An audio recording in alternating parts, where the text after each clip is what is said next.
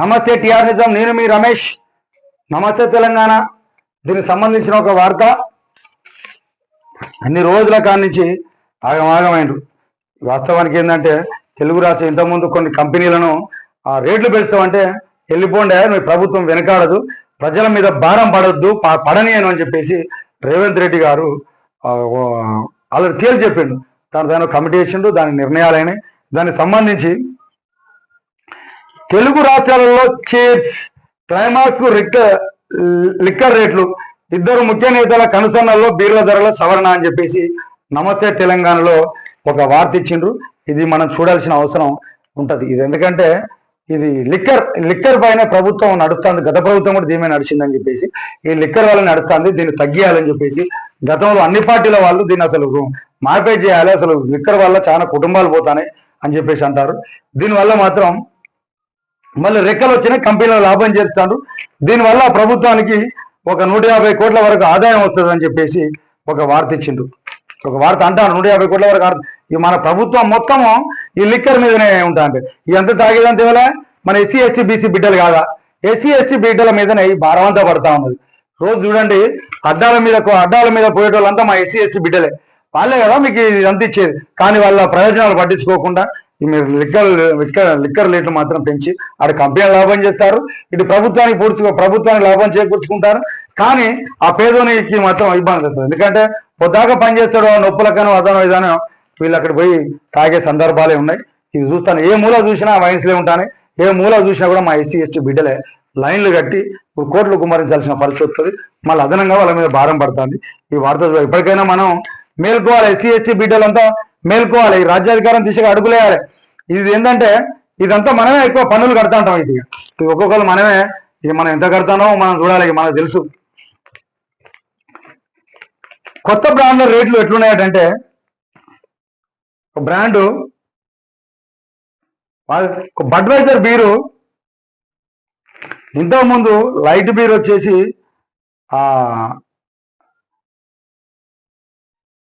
210 రూపాయలు ఉండే, ఇప్పుడు 250 రూపాయలు అయింది. అంటే 40 రూపాయలు పెరిగింది. ఒక బీర్ మీద 40 రూపాయలు పెరిగింది. ఇంకోటి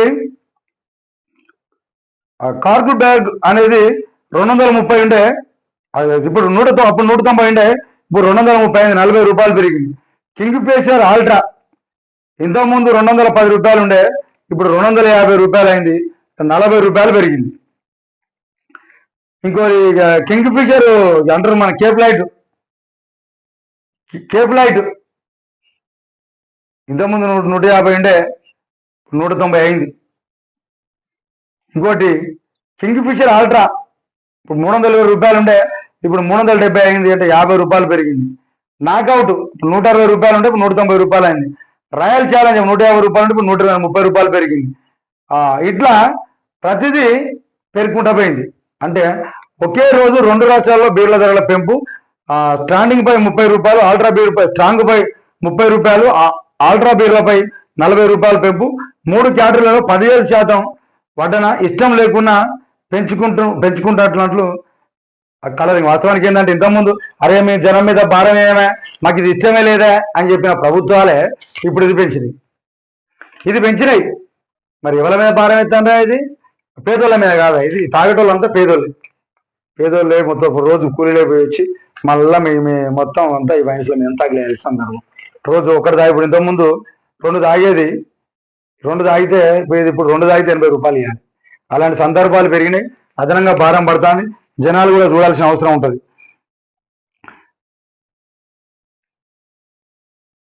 మద్యం ధరల పెంపు ఇష్టం లేదనుకుంటూనే కాంగ్రెస్ ప్రభుత్వం ఒక బీర్పై గరిష్టంగా 40 రూపాయలు పెంచింది. మద్యం ప్రియులు ఎక్కువగా తాగే ఒక బ్రాండ్ బీర్ ధర గరిష్టంగా 260కి చేరింది. బీరు సప్లై కంపెనీల మార్జిన్ కోసం ఇటు తెలంగాణ ప్రభుత్వం, రిటైలర్ మార్జిన్ కోసం అంటూ ఏపీ ప్రభుత్వం మరొక రోజు మద్యం ధరలు పెంచుతూ ఉత్తర్వులు జారీ చేసింది. గమనార్హం. 2 రాష్ట్రాల్లో ఒకే రోజు మద్యం ధరలు పెరిగాయి, ఉత్తర్వులు జారీ అయినాయి కూడా అని చెప్పేసి ఒక వార్త ఇచ్చింది. ఇక చూడాలి. ఇది మద్యం ధరలు పెంచే మొత్తం ఎపిసోడ్లో రాష్ట్ర ప్రభుత్వం ప్రతిదీ ఒక ప్రణాళికతో చేపట్టినట్టు స్పష్టమవుతుంది. ధరల నిర్ణయ కమిటీ వేసే దగ్గర నుంచి మొదలుపెట్టి ధరలు పెరిగే వరకు అన్ని 2 రాష్ట్రాల ముఖ్య నేతల కనుసరణలో జరిగినట్లు వ్యాపార వర్గాలు ఉన్నాయి. రెండు రాష్ట్రాల మద్యం ధరల డిస్ట్రిబ్యూటర్లకు చెల్లింపులు సుంకాలు ఒకే ధరలో ఉంటే న్యాయపరమైన ఇబ్బందులు ఉండవు కూడా పొరుగు రాష్ట్రాల ఎంఆర్పి బేసిక్ ధరలు సరిపోల్చి నివేదిక రూపొందిస్తుంది. ఈ నివేదికను ఇలాంటి సంబంధించింది ఉన్నదని చెప్పేసి ఒక వార్త ఇక చక్కర్లు కొడుతుంది. ఇక చూడాలి ఎంతవరకు పోతుంది. ఇక బీర్లు తాగేటోళ్ళు మాత్రం ఇక చూడు అన్నారు.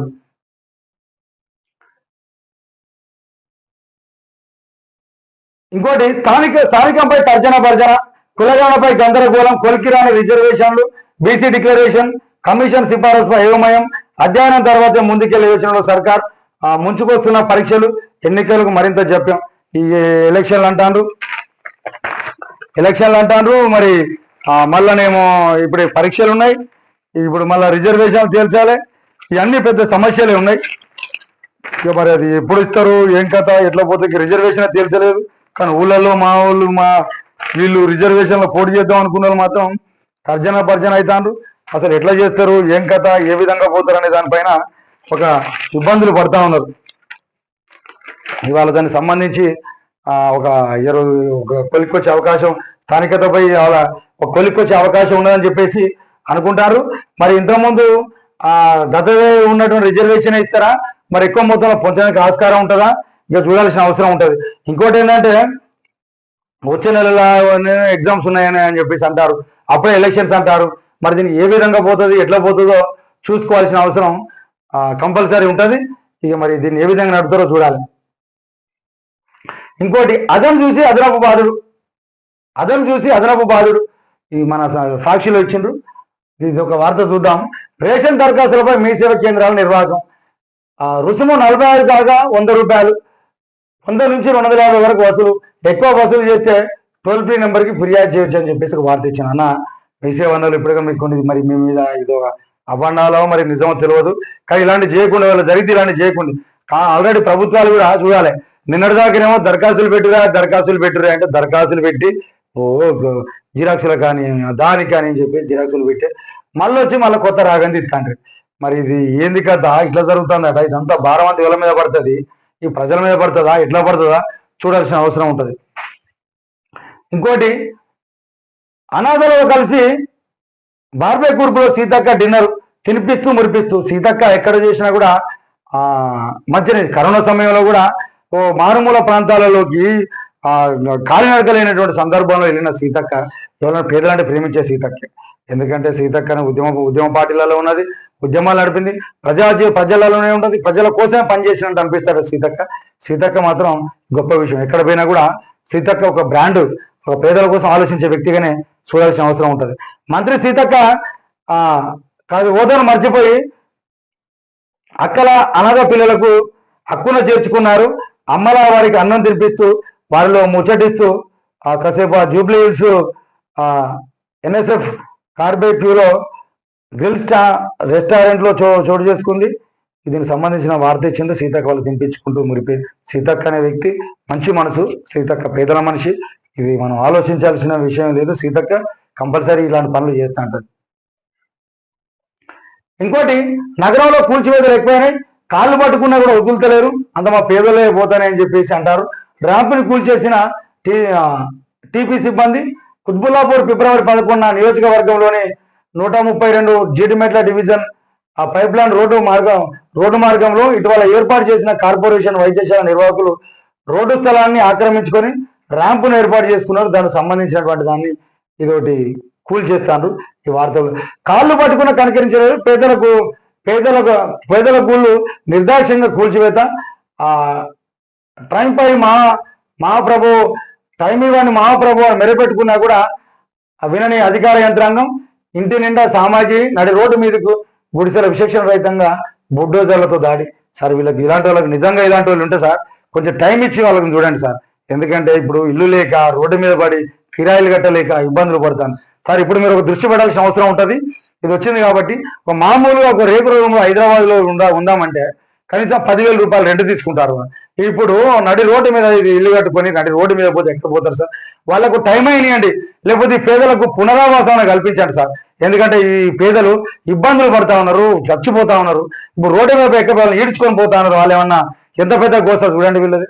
చూడండి, కొంచెం అన్నలారా, పోలీస్ అన్నలారా మీరు కూడా కొంచెం దృష్టి పెట్టండి. వాళ్ళకి బువ్వకు లేని వాళ్ళు, గూడికి లేని వాళ్ళు కొంచెం చూడండి. ఎందుకంటే ఇప్పుడు 10,000 కట్టి రూములలో ఉండలేక ఎక్కడి నుంచో ఊళ్ళకి వచ్చి చిన్న చిన్న పనులు చేసి చిన్న భూములు కొనుక్కుంటే ఈ రోజు అది వేరే కింద పోయిందని చెప్పి కూల్చి వేస్తారు. అలాంటి పేదలు నిజంగా ఉంటే ఖచ్చితంగా మీరు వాళ్ళకి పునరావాసం కల్పించి ఏర్పాట్లు చేయాలని చెప్పేసి టీఆర్ నిజం తరఫున ప్రభుత్వానికి ఇంత ఘోరం సార్. వీళ్ళని ఈడ్చేయాలి, ఇంత దొంగల వీళ్ళని ఇంత పెద్ద కథల పాపం వాళ్ళ మాకు గూడును మాకు కూల్చకండి, మాకు టైం ఇవ్వండి అని చెప్పేసి అంటే గుంజేస్తారని చెప్పేసి ఇక వార్త ఇచ్చారు. ఇలాంటి నిజంగా జరిగితే మాత్రం వాళ్ళ పునరావాసం కల్పించాలని చెప్పేసి టీఆర్ నిజం నుంచి కోరుకుంటున్నాను సార్. ఇలాంటి అంతా ఎస్సీ ఎస్టీ బీసీ బిడ్డలే సార్, ధనవంతులు కాదు సార్. వీళ్ళని దృష్టిలో పెట్టుకోవాల్సిన అవసరం ఉంటుంది. వీళ్ళని ఆర్తనాదాలు వినండి సార్, దయచేసి మీకు విన్నవించుకుంటున్నాం. స్థానిక ఎన్నికలకు సిద్ధంగా అండి అని చెప్పేసి మన ఒక పిలిపించారు. నాగారంలోని మంగళవారం నిర్వహించిన బీఆర్ఎస్ కార్యకర్తల సమావేశంలో ఎమ్మెల్యే సబ్దా ఇంద్రారెడ్డి అని చెప్పేసి స్థానిక ఎన్నికలకు సిద్ధంగా అండి అని చెప్పేసి అంటారు. స్థానిక ఎన్నికలకు సిద్ధంగా అండి అన్నలారా, అన్ని పార్టీలలో సిద్ధం కాండి, కానీ డబ్బు ఎమోషన్ కూడబెట్టి డబ్బులు పనిచేసి ఆర్థికంగా నష్టపోయి కుటుంబాలను చింద్రవందర చేసుకోకండి. ఎందుకంటే ఈరోజు నష్టపోతే మీకు చెప్పిన ఏ నాయకులు కూడా మిమ్మల్ని ఓదార్చడానికి రారు, మిమ్మల్ని కాపాడడానికి రారు. మీ అన్నం మీరే తినాలి, మీ పని మీరే చేసుకోవాలి, అన్ని మీరే చేసుకోవాలి. కానీ డబ్బులు ఖర్చు పెట్టుకొని ఆ డబ్బులన్నీ ఖర్చు పెట్టుకొని కుటుంబాలను నాశనం చేసుకొని నేను చాలా మంది చూసిన. హైదరాబాద్ లాంటి మహానగరంలో వాచ్మెన్లు పని చేస్తాడు, మున్సిపాలిటీలో పనులు చేస్తాడు, రోడ్ల మీద కూలీలుగా పోతా ఉన్నారు. కాబట్టి మీ కుటుంబాలను నాశనం చేసుకోకండి. ఎందుకంటే ఇది ఒక సేవ దృక్పథంతో రండి, కానీ డబ్బులే దృక్పథం రాకండి. ఎందుకంటే ఇదంతా మీరు కూడా ఓటర్లు కూడా అన్నలారా డబ్బులు తీసుకోకండి. పాపం వాళ్ళు ఓడిపోతే వాళ్ళ కుటుంబాలు రోడ్డున పడితే వాళ్ళని ఆదుకునే వాళ్ళు లేరు. ఈ డబ్బులు ఇచ్చే వాళ్ళని చెప్పుతో కొట్టండి. అసలు అరే మేము ఓటేస్తామే, మేము ఓటేస్తే మాకు డబ్బులు ఎందుకు ఇస్తాను అని చెప్పేసి జనాలు చెప్పుతో కొట్టే సందర్భం రావాలి. ఎందుకంటే ఈ స్థానిక ఎన్నికలకు సిద్ధంగా అండి అని చెప్పి అన్ని పార్టీలు ఇప్పుడే ఉర్రూత లూపిస్తాడు. కాంటే మీరు గెలవాలని ఉర్రూత లూపుతా అంటే ఒక్కోళ్ళు భూములు అమ్ముకుంటారు, భూములు జాగాలు అమ్ముకుంటారు. అలాంటి సందర్భం నుంచి ఇప్పటికైనా మనం బయటపడాలి, డబ్బుల నుంచి బయటపడాలి, కొత్త నిర్ణయాలు చేయాలి, కొత్త ఆలోచనలు చేయాలి.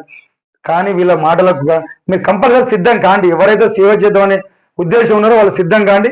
కానీ డబ్బులను కుంభరించుకొని చేయకండి. మామూలు ఒక్కొక్క ఏరియాలలో మనం చూస్తాను, మేము కూడా విలేజ్ నుంచి వచ్చిన వాళ్ళమే కాబట్టి ఎక్కడున్నా కూడా ఒక మామూలు సర్పంచ్గా నిలబడితే చిన్న ఊరు ఒక 1000 ఓట్లు కనీసం 10-20 లక్షలు ఖర్చు పెట్టే సందర్భాలకు వచ్చింది. ఇవన్నీ డబ్బులు ఎక్కడ సంపాదిస్తారా? మీరు ఎంత అవినీతి చేస్తారు, ఎంత చేస్తారు, అయినా కూడా సంపాదించడానికి ఆస్కారం లేదు. మీరు సేవ చేయడానికి సరిపోతుంటది. కాబట్టి మీరు ఖచ్చితంగా సేవ చేద్దాం అనుకున్న రాండి, డబ్బులను మాత్రం పట్టుకొని రాకండి. ఇది మేము టీఆర్ నిజం నుంచి కోరుకుంటాను. ఇంకెన్ని మరిన్ని వార్తలతో మేము ముందుకు వస్తాం.